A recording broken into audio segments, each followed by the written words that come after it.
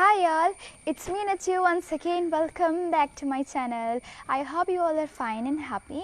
നമ്മുടെ സറൗണ്ടിങ്സ് നമുക്ക് നോക്കിയാൽ പല വെറൈറ്റി ആയിട്ടുള്ള ബേർഡ്സിനെ കാണാൻ കഴിയും. അതിൻ്റേതായ ഓരോ ഫീച്ചേഴ്സിനും ഓരോ ബേർഡ്സും ഭയങ്കര ബ്യൂട്ടിഫുള്ളാണ്. നമുക്ക് എല്ലാവർക്കും ബേർഡ്സിന് ഭയങ്കര ഇഷ്ടമാണ് അല്ലേ? ബേർഡ്സിന് ഇഷ്ടപ്പെടാതായിട്ട് ആരുമില്ല. നമ്മൾ പക്ഷേ ഇന്ന് എല്ലാ ബേർഡ്സിനും എടുക്കുന്നില്ല. ഇന്ന് നമ്മുടെ main target point, the most beautiful and interesting, the talented birds, it's all about parrot. Parrots എന്ന് കേൾക്കുമ്പോൾ തന്നെ നമ്മുടെ മനസ്സിലോട്ട് ഓടി വരുന്നത് ഒരു പച്ച തത്തയുടെ പടമാണ് അല്ലേ? നമുക്ക് എല്ലാവർക്കും പാരറ്റ്സിന് ഭയങ്കര ഇഷ്ടമാണ്. നമുക്ക് പാരറ്റ്സിനോട് ഇഷ്ടം തോന്നുന്ന മെയിൻ റീസൺ എന്ന് പറയുന്നത് അവരുടെ ടോക്കിംഗ് സ്പെഷ്യാലിറ്റി തന്നെയാണ്.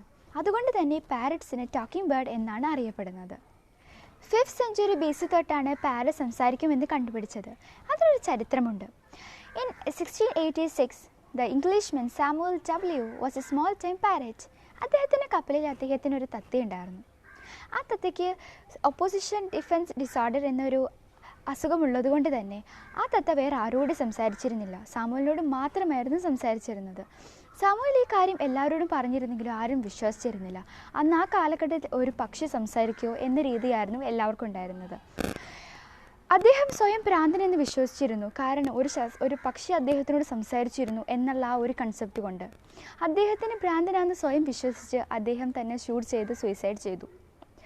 അദ്ദേഹം മരിച്ച വാർത്ത അറിഞ്ഞ് എല്ലാവരും വന്നപ്പോൾ ആ തത്ത പറഞ്ഞു, "റാക്ക്, I am gonna miss that guy" എന്ന് കേട്ടപ്പോൾ എല്ലാവർക്കും സാമുവൽ പറഞ്ഞ സത്യമാണ് എന്ന് വിശ്വാസമായി. അന്ന് മുതലാണ് പാരറ്റ്സിനെ പെറ്റായി സ്വീകരിച്ചതും പാരറ്റ്സിന് സംസാരിക്കാൻ കഴിയുമെന്നുള്ളൊരു ചരിത്രം കണ്ടുപിടിച്ചതും. So let me ask one question. Do they understand the human language? Human language അവർക്ക് മനസ്സിലാവുമായിരിക്കും? നോ, അവരെന്താ പറയണതെന്ന് അവർക്ക് പോലും അറിയില്ല.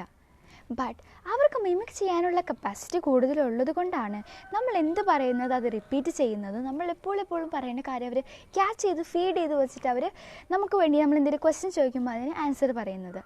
ഇങ്ങനെ മിമിക് ചെയ്യാനുള്ള കപ്പാസിറ്റി ബേർഡ്സ് കാറ്റഗറിയിൽ 3 ബേർഡ്സിനാണുള്ളത്: talking birds, song birds and humming birds.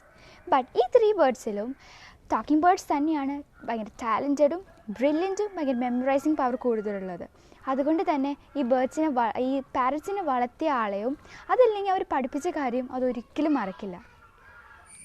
ഇന്ത്യയിൽ മോസ്റ്റ് കോമൺ ആയിട്ട് കാണുന്ന തത്ത എന്ന് പറയുന്നത് ഇന്ത്യൻ റിംഗ് നെക്ക് പാരറ്റ്സ്. അത് നല്ല പച്ച തത്ത. അങ്ങനെ ഓരോ കൺട്രീസിലോട്ട് പോകുമ്പോഴും അതിന് പാരറ്റ്സിന് ഭയങ്കര ഡിഫറൻസ് വരും. അവരുടെ കളറിനും സൈസിലൊക്കെ ഭയങ്കര വേരിയേഷൻ വരും. നമ്മുടെ വേൾഡിൽ 372 ഡിഫറെൻറ്റ് സ്പീഷീസ് ഓഫ് പാരറ്റ്സ് ഉണ്ട്. ഈ പാരറ്റ്സ് കാറ്റഗറിയിൽ മോസ്റ്റ് സ്മാർട്ടസ്റ്റും ഭയങ്കര ബ്രില്യൻറ്റും മെമ്മറൈസിങ് പവർ കൂടുതലുള്ളത് African grey പാരറ്റാണ്.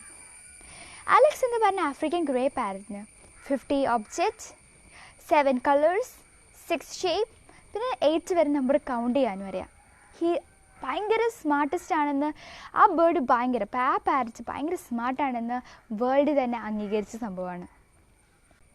So let's come to the main question. How are they able to talk like humans?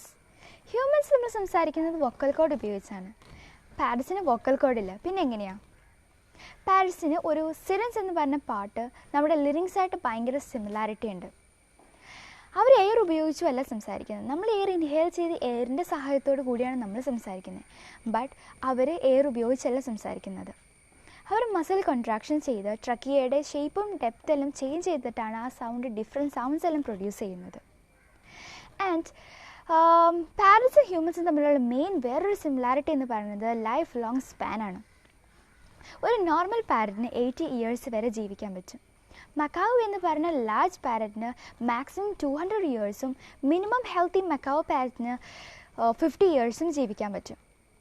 പാരറ്റ്സിൻ്റെ main food എന്ന് പറയുന്നത് seeds, small insects, nectar, fruits, അതൊക്കെയാണ് പാരറ്റ്സിൻ്റെ മെയിൻ ഫുഡ്സ്. നമുക്ക് പെറ്റായിട്ട് വളർത്താൻ ഏറ്റവും നല്ല പാരറ്റ് കാറ്റഗറിയിലെ നല്ലൊരു ബേർഡാണ് കോക്ടെയിൽ. ഭയങ്കര ലവബിളുമാണ്, ഭയങ്കര സ്മോളുമാണ്, ഭയങ്കര ക്യൂട്ടുമാണ് കാണാൻ. അപ്പോൾ ഈ വീഡിയോയിൽ നിന്ന് നിങ്ങൾക്ക് നല്ലൊരു ഇൻഫർമേഷൻ കിട്ടിയെങ്കിൽ please do thumbs up. And if you don't subscribe to my channel, please do subscribe and press the bell button for the notification of new videos. And if you love this video, please do share. And please wait for the next informative video. And thanks for watching. Bye bye.